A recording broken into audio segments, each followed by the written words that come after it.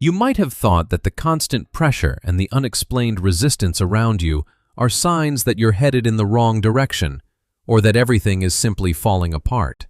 But what if that very pressure is actually a process of refinement, and that opposition is a hidden recognition of an influence you haven't even realized yet? In the next few minutes, we're going to decode the repeating patterns in your life to help you accurately name the season you are truly walking through. You just finished a sincere prayer, but as you stand up, that heavy knot in your chest hasn't moved an inch. You're trying to live right, staying upright and kind to everyone, yet new pressures seem to hit the moment you catch your breath. You are doing everything by the book, but it still feels suffocating. You expected peace, but you found pressure. In this video, we're going to give a proper name to what you're actually experiencing, so you can finally see the profound meaning behind the unexplained weight. If this resonates with you, let me know in the comments. You are not the only one navigating this path. The real issue is often not what you are going through, but how you are naming it. Let's start here. You feel a constant, unexplained pressure, like a gray cloud hovering over you, even when you're trying your best to stay positive. You're exhausted, but you can't stop. Everything feels heavier than it should. And you find yourself walking through a season you just can't put a name to. Most people tell themselves, "I'm just burnt out, I'm in a bad timing," or "my spiritual life is a mess." But what if the hardest part of this season is not the pressure itself, but the fact that you've been calling it the wrong thing? In our modern world, we're so used to using psychological labels to diagnose our souls. When you start praying harder, but life gets tougher, you call it bad luck. When you stay upright, but keep getting misunderstood, you call it injustice. And the deeper you try to go with God, the more you feel yourself being stretched to the breaking point. What does Scripture say? Romans 8:28 confirms that all things work together for good. James 1, verses 2-4, tells us to count it all joy when we face trials, because they produce perseverance. Listen, there are seasons where it's not that you're going the wrong way. It's that your life is being processed for a greater purpose. Don't be so quick to label every struggle as a spiritual attack. Maybe you're reading the pressure correctly, but you're giving it the wrong name. You aren't being crushed. You're being refined. And once you stop misnaming the season, a second pattern starts becoming impossible to ignore. Some pressures don't just come once and leave. They return in cycles. They repeat like an inescapable law. You just get through a heavy season at work, and then family tension hits. Just when you think you've finally settled, another uncomfortable layer of growth shows up. You aren't collapsing, but you are constantly being squeezed to be deeper, tougher, and more authentic. Some seasons hurt because they are hard. Others hurt because they are shaping capacity. There is a massive difference between a normally difficult life and a life that is being continuously stretched to hold something greater. You aren't facing a series of random tragedies. You are in a specific kind of weight training for the soul. When pressure repeats, it's no longer just an event. It's a process. It's not there to destroy you. It's there to test your limits and expand your internal volume. Scripture says in 2 Corinthians chapter 4, verses 8-9, "We are hard-pressed on every side, but not crushed, perplexed, but not in despair." And 1 Peter chapter 1, verses 6-7, reminds us that the trial of our faith is more precious than gold, even though we are grieved by various trials for a little while. The world always talks about the breakthrough, but here's the truth. No breakthrough lasts without the capacity to carry it. The exhaustion you feel isn't just about the intensity. It's about the intentional repetition. You are being prepared, and when pressure stops looking random, opposition stops looking personal. Not every strong reaction around you is proof you are wrong. Sometimes, people's reactions to you are far more intense than anything you've actually said or done. You walk into a room and you can feel the atmosphere shift.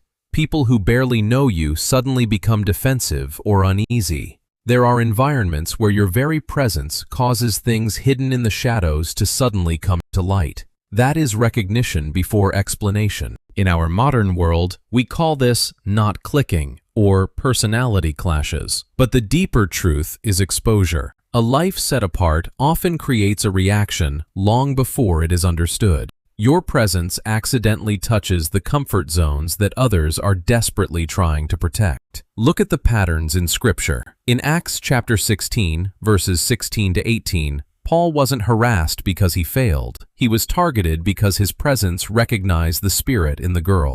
John chapter 1, verse 5 declares, "The light shines in the darkness, and the darkness has not overcome it." And 2 Corinthians chapter 2, verse 15 reminds us that we are the aroma of Christ to both those who are being saved and those who are perishing. This is why some people run to you for peace, while others avoid you without being able to explain why.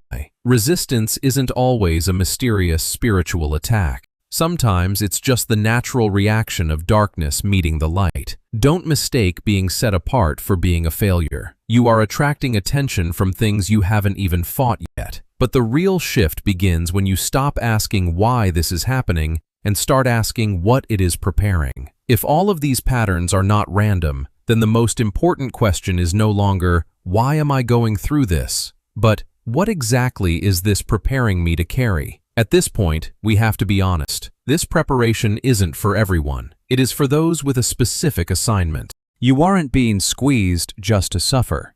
You are being squeezed so you can contain more. You aren't being opposed because you are weak. You are being opposed because the potential inside of you is threatening the old boundaries. Every pressure you've felt, every misunderstanding you've endured, they are all tests of capacity. If these patterns are not random, then what exactly are they preparing you to carry? Now we move into the core, the purpose, the assignment, and the cost. There is a truth we often miss while chasing outward success. God does not expand reach first. He often expands weight first. Some lives are given heavy burdens long before they are given big platforms. This isn't because He wants to make life difficult, but because a great assignment cannot rest on an unstrengthened soul. You might be begging for clarity while He is busy building your capacity. A calling isn't just recognized by big dreams. It's recognized by how far your life is being stretched beyond comfort. Look at the inner architecture required in Scripture. Luke chapter 12, verse 48 establishes a divine principle.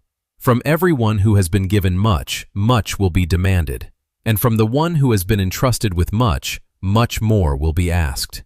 In Exodus chapter 4, Moses struggled with the weight of responsibility long before he ever led a nation. And David, even after being anointed in 1 Samuel chapter 16, had to return to the fields to prove his faithfulness in the secret place. Maybe you don't have the platform yet, but you already carry the burden. You don't see the open doors, but you're being forced to learn faithfulness in the shadows. You aren't being delayed because you're forgotten. You're being delayed because your internal structure isn't finished yet. Reach is not the measure. Weight is. And that is exactly why the assignments themselves rarely arrive at a size your natural strength can manage. If the calling can be carried comfortably by your natural strength, it is probably too small. The truth is, real assignments often outgrow your safe imagination. They aren't just difficult, they are big enough so that your ego cannot pretend to be in control. You feel like you're not enough, you're not ready, and you definitely don't have the right profile. But your insufficiency is not a signal to retreat. It might be part of the design so that power is never mistaken for personal ability. God often arranges the assignment so that dependence becomes unavoidable. Look at the patterns in Scripture. In Exodus chapter 3, verses 11 and 12, when Moses asked, "Who am I?" the answer wasn't a list of his skills, but a promise. I will be with you. 1 Corinthians chapter 1 confirms that He chooses the weak things of the world to shame the strong. And 2 Corinthians chapter 12, verse 9 nails this truth. My grace is sufficient for you, for my power is made perfect in weakness. Maybe you feel a burden to lead others while your own hands are still shaking. You are stepping through doors that exceed your background, your education, or your current confidence. Don't be surprised. He isn't looking for a confident expert. He is looking for a willing dependent. Your helplessness is where the power begins. But none of this can be understood clearly until you accept one final truth most people avoid. Many people want the mark of God on their life. Few are ready for what that mark costs. Separation is never cheap. What you've been calling the delay, the crushing, or the misunderstood season, these are actually the costs required for a soul to be clean enough, tough enough, and real enough to carry what's coming. Power without inner breaking is dangerous. Separation doesn't just grant you authority, it cuts you off from the comfort of being easily understood or widely accepted. You cannot have the oil without the press.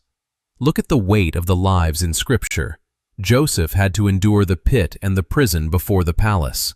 Because as Genesis chapter 50 verse 20 says, what was meant for evil, God intended for good. David had to survive the caves before he could sit on the throne. Romans chapter 8 verse 17 reminds us that we are heirs of God, but we must share in his sufferings if we are to share in his glory. And Isaiah chapter 54 verse 17 declares that no weapon formed against you shall prosper, but that promise is often forged in the hottest fires. Maybe you've been delayed longer than everyone else. Maybe you're misunderstood even when your intentions are pure. You are being forced to grow in areas that others are allowed to avoid. We don't romanticize the pain, but we recognize the cost. This depth isn't about suffering for the sake of suffering. It's about why your life must go to levels that others simply cannot reach. Don't just pray for the oil, understand the cost. And once you understand the cost, you stop resenting the process. As you look back at the heavy days and the unexplained friction you've endured, understand that these were never random accidents or cosmic mistakes. Everything you once saw as a barrier was actually a strike of the hammer, forging a version of you that is tougher, deeper, and more prepared for what lies ahead. You aren't falling into a bottomless pit. You are being formed in an intentional process. The tension you feel is not a sign that you are breaking. It is proof that your capacity is expanding. If you've stayed with me until this moment, it confirms that you are not someone who runs when life gets complicated. You belong to those who are sensitive enough to seek the meaning behind the pain, and courageous enough to stay in the process until it is finished. You are a carrier of a significant assignment. We walk these seasons together, uncovering clarity and faith and strength in the process. After looking at these patterns, what part of your life has started to take on a new name? And if you want to continue this journey of finding clarity and growing together, I invite you to join us for what's coming next. Keep moving forward, because your preparation is still in good hands.